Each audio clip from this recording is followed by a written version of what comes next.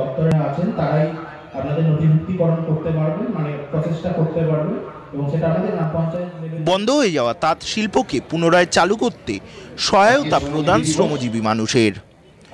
পূর্ব বর্ধমান জেলার পূর্বস্থলী 1 নম্বর ব্লকের শ্রীরামপুর যুব সংঘের মাঠে আয়োজিত লোক সংস্কৃতি উৎসবের চতুর্থ দিন শ্রমজীবী দিবস হিসেবে পালন করা হয়। এটা জানেন যে 5000 টাকা ক্যাশ বেনিফিট দেওয়া সারানোর জন্য কিংবা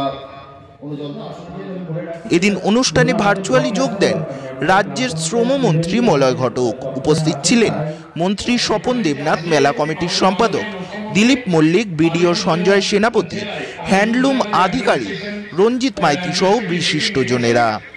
জানা গেছে এদিন সরকারের তরফে অসংগঠিত ক্ষেত্রে শ্রমজীবী মানুষদের বিভিন্ন সুযোগ সুবিধা প্রদান করা হয়।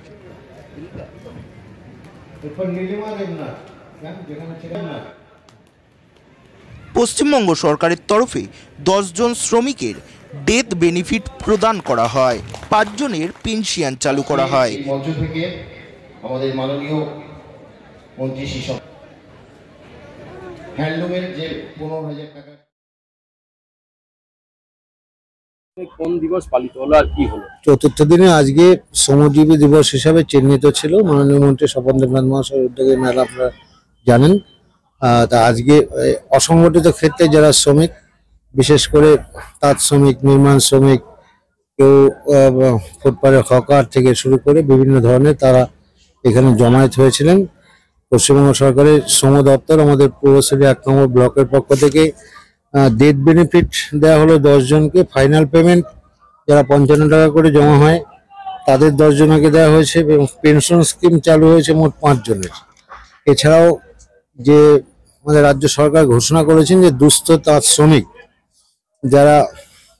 যাদের তাঁতটা বন্ধ হয়ে গেছে, কোনো কারণে চালু করতে পারছেন না, তাদের জন্য 5000 টাকা যন্ত্রাংশ এবং 10,000 টাকা মূল্যের সুতো দেওয়ার যে ঘোষণাটা করেছিলেন, তাদের মধ্যে থেকে 10 জনকে আজকে একটা অ্যাডভাইস দেওয়া হয়েছে, শংসাপত্র তুলে দেওয়া হয়েছে। এই কাজটা শুরু হলো বর্ধমান জেলায় এই মেলা প্রাঙ্গণ থেকে।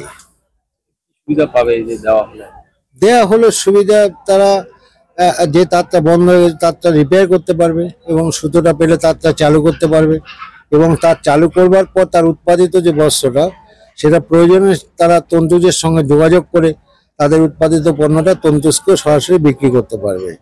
তন্তুজের চেয়ারম্যান হিসেবে মাননীয় মন্ত্রী স্বপন দেবনাথ এই ঘোষণাটা করেছে।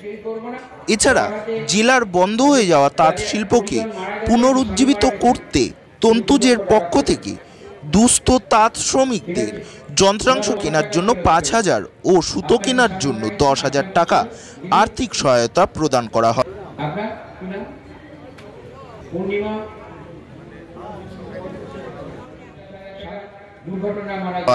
শুধু তাই নয়, তাদের উৎপাদিত বস্ত্র যাতে তন্তুজকে বিক্রি করতে পারেন তার বন্দোবস্ত করা হয়েছে।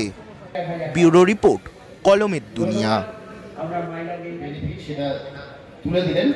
এটা জানেন যে 5000 টাকা ক্যাশ বেনিফিট দেওয়া সারানোর জন্য কিংবা কোনো যন্ত্রাংশ